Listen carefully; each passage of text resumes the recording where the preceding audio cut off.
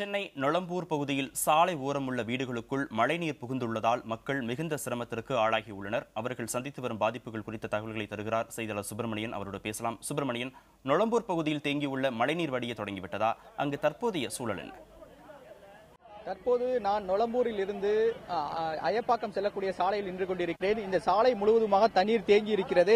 அதாவது நேற்று முன்தினம் பெய்த கனமழை காரணமாக இந்த பகுதி முழுவதுமாக தண்ணீர் தேங்கி இருக்கிறது.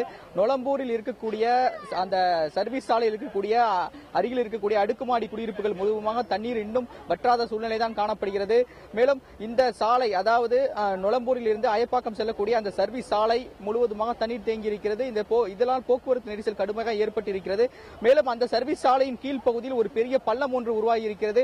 இந்த பள்ளத்திலும் வாகன ஓட்டிகள் மிகுந்த அவதிக்குள்ளாகி இந்த பள்ளத்தை தாண்டி தான் செல்லக்கூடிய சூழ்நிலை தொடர்ந்து நிலவி கொண்டிருக்கிறது. இது மட்டுமல்லாமல் இந்த பகுதி, அதாவது இந்த நொளம்பூர் பகுதிக்கு இருக்கக்கூடிய குடிசை மாற்று, அதாவது தமிழ்நாடு வீட்டு வசதி வாரிய குடியிருப்புக்கு சொந்தமான அடுக்குமாடி குடியிருப்புகள் கிட்டத்தட்ட 2-3 குடியிருப்புகள் இருக்கிறது. இந்த குடியிருப்பு முழுவதுமாக தண்ணீர் உள்ளே, அதாவது கீழ்தள முறையாக தண்ணீர் சென்றிருக்கிறது. இது பற்றி அந்த பகுதி மக்கள் பாதிப்புகள் குறித்து நம்ம தெரிவிப்பதற்காக இந்த பகுதியை சேர்ந்தவர் நம்மோடு இருக்க, நாம் அவரிடம் பேசலாம். சார், எத்தனை நாளாக தண்ணி தேங்கி இருக்கு? சார், லாஸ்ட் வீக்ல இருந்து இந்த ப்ராப்ளம் இருக்கு. என்னன்னா, இங்க இருக்கவங்க யாராலையும் ஆபீஸ்க்கு போக முடியல, ஆபீஸ் போயிட்டு வர முடியல. இப்ப பாத்தீங்கன்னா ஸ்லோவா வீடு, இப்ப பாத்தீங்கன்னா ஃபர்ஸ்ட் பிளாக்ல எல்லாம் பாத்தீங்கன்னா என்ட்ரன்ஸ் வரைக்குமே தண்ணி போக ஆரம்பிச்சிச்சு. இப்ப என்ன, ட்ரைனேஜ் வாட்டரும் சம்ப்ல மிக்ஸ் ஆக ஆரம்பிச்சிச்சு. இப்போ நார்மலா இருக்கிறதுக்கே தண்ணி இல்லாம இருக்கும். இது என்னன்னா, இமீடியட்டா அப்பயே வந்து அட்டென்ஷன் கொடுத்திருந்தாங்கன்னா பரவாயில்ல. இப்போ கார்பரேஷன் போன் பண்ணாலும் அவங்க என்ன சொல்றாங்கன்னா, வல்சரவாக்கம் வார்டு லாரி எல்லாம் பாத்தீங்கன்னா அங்கேயே இருக்க மாட்டேங்குது, நொளம்பூருக்கு வண்டியே கொடுக்க மாட்டேன்ட்டு. இப்போ கவுன்சிலர் அவங்க கிட்ட சொல்லியிருக்காங்க, அவங்களும் வந்து பாத்துட்டு இருக்காங்க. பட் வந்து கொஞ்சம் ஃபாஸ்டா ஆக்ஷன் எடுத்தாங்கன்னா கொஞ்சம் ரிசால்வ் ஆகும். அது இல்லாம இஷ்டத்துக்கு என்ன பண்றாங்க, ரோட பிளாக் பண்ணி விட்டுறாங்க. அவங்களே வந்து தண்ணி வரக்கூடாது. அதனால என்ன ஆயிடுதுன்னா, ஓவர்ஃப்ளோ ஆயிட்டு பக்கத்துல இருக்கவங்களுக்கு எல்லாம் போயிடுது. அது கொஞ்சம் ரொட்டீனா வந்து செக் பண்ணாங்கன்னா கொஞ்சம் இந்த ப்ராப்ளம் சால்வ் ஆகும். இந்த பகுதி முழுவதுமாக பாம்புகள் அதிகமா இருப்பதா சொல்றாங்க. அது எப்படி இருக்கு? 2 days பிஃபோர் கூட பாம்பு பார்த்து வீட்டு ரோட்லயே தண்ணியில அப்படியே தெரியுது. நைட்ல வந்தா ரொம்ப ரிஸ்க். ஆபீஸ் போயிட்டு வரவங்க வந்து வீட்டுல வண்டி விடும் போதுலாம் முன்னாடியே கேட்டு திறந்து வச்சு அப்படியே மேல ஏத்துற மாதிரி தான் இருக்கு. தண்ணியில கால் வச்சாவே ரொம்ப ரிஸ்க். பக்கத்து வீட்டுல ரெண்டு நாளா வந்துட்டு இருக்கு பாம்பு. எங்க ஸ்ட்ரீட் ஃபுல்லாவே பாம்பு இருக்கு. இருட்டுல ஒரு 6, இப்பெல்லாம் 5 o'clock மேலே ரொம்ப இருட்டிடுது. சோ அதுக்கப்புறம் வந்து என்ன சொல்றது, அந்த தெரியவே தெரியாது பாம்புன்னு இல்ல, வேற என்னென்ன இருக்குன்னு கூட தெரியாது. ஃபுல்லாவே வந்து டவுன் ஏரியா அந்த பக்கம் எல்லாம் தண்ணி வந்து காலி கிரவுண்ட் நிறைய இருக்கு. அந்த பக்கம் காலேஜ் வண்டிங்க எல்லாம் நிக்கிற இடம் இருக்கு. சோ அதனால அதுல தண்ணி தேங்கி இருக்கு. அது இல்லாம சாக்கடை தண்ணி ஃபுல்லா வந்துட்டு நாய்ங்க செத்து போயிருக்கு. அந்த ஸ்மெல் பயங்கரமா வருது. இவ்வளவு ப்ராப்ளம் நிறைய இருக்கு. இந்த தண்ணி எடுக்கிறதுக்கு உங்க ஏரியால எவ்வளவு தண்ணி தேங்கி இருக்குது, எத்தனை நாளா இருக்குது, கார்பரேஷனுக்கு இன்ஃபார்ம் பண்ணீங்களா? என்ன சொன்னாங்க?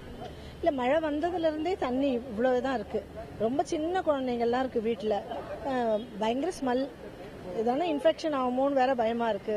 இதை உடனே கொஞ்சம் இது பண்ணாங்கன்னா நல்லா இருக்கும். கார்த்திகேயன், இந்த நொளம்பூர் பகுதியை பொறுத்தவரையில் அதிக அளவுக்கு பாம்புகள் தொல்லை அதிகமாக இருப்பதாக இப்பகுதிகள் தெரிவிக்கிறார்கள்.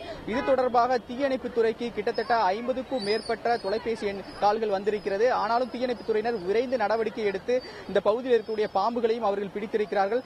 ஆனாலும் இந்த பகுதியில் இருக்கக்கூடிய மழை தண்ணீர் கழிவு நீருடன் கலந்து சுகாதார சீர்கேடு ஏற்பட்டிருப்பதாகவும் இப்பகுதி மக்கள் குற்றச்சாட்டு வைக்கிறார்கள்.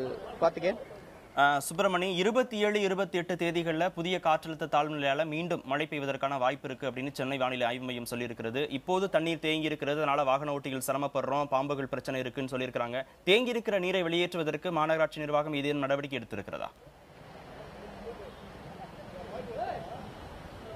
கண்டிப்பாக கார்த்திகேயன், இந்த பகுதி முழுவதாக மாநகராட்சியினர் தொடர்பு கொண்டு கேட்டபோது அவர்கள் உரிய அதிகாரிகள் நியமிக்கப்பட்டு இந்த பகுதி முழுவதாக தண்ணீர் வெளியேற்றுவதற்கான நடவடிக்கை எடுத்து வருவதாக அவர்கள் தெரிவித்திருக்கிறார்கள்.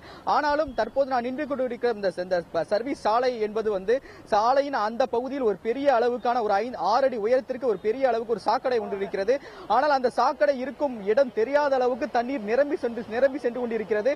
அந்த அளவுக்கு இருசக்கர வாகனங்கள் யாரும் அந்த பகுதியில் விழுந்து விடாத அளவுக்கு போலீசார் தற்போது அந்த போக்குவரத்தை ஒழுங்கு செய்யும் நடவடிக்கையில் தற்போது ஈடுபட்டு கொண்டிருக்கிறார்கள். மேலும் இதே போல இந்த சர்வீஸ் சாலைக்கு அந்த பகுதியில் இருக்கக்கூடிய பகுதியிலும் அதிக அளவு தண்ணீர் தேங்கி இருக்கிறது. அந்த பகுதியிலும் போக்குவரத்து போலீசார் அந்த பகுதியில் நிறுத்தப்பட்டு போக்குவரத்தை ஒழுங்கு செய்து கொண்டிருக்கிறார்கள்.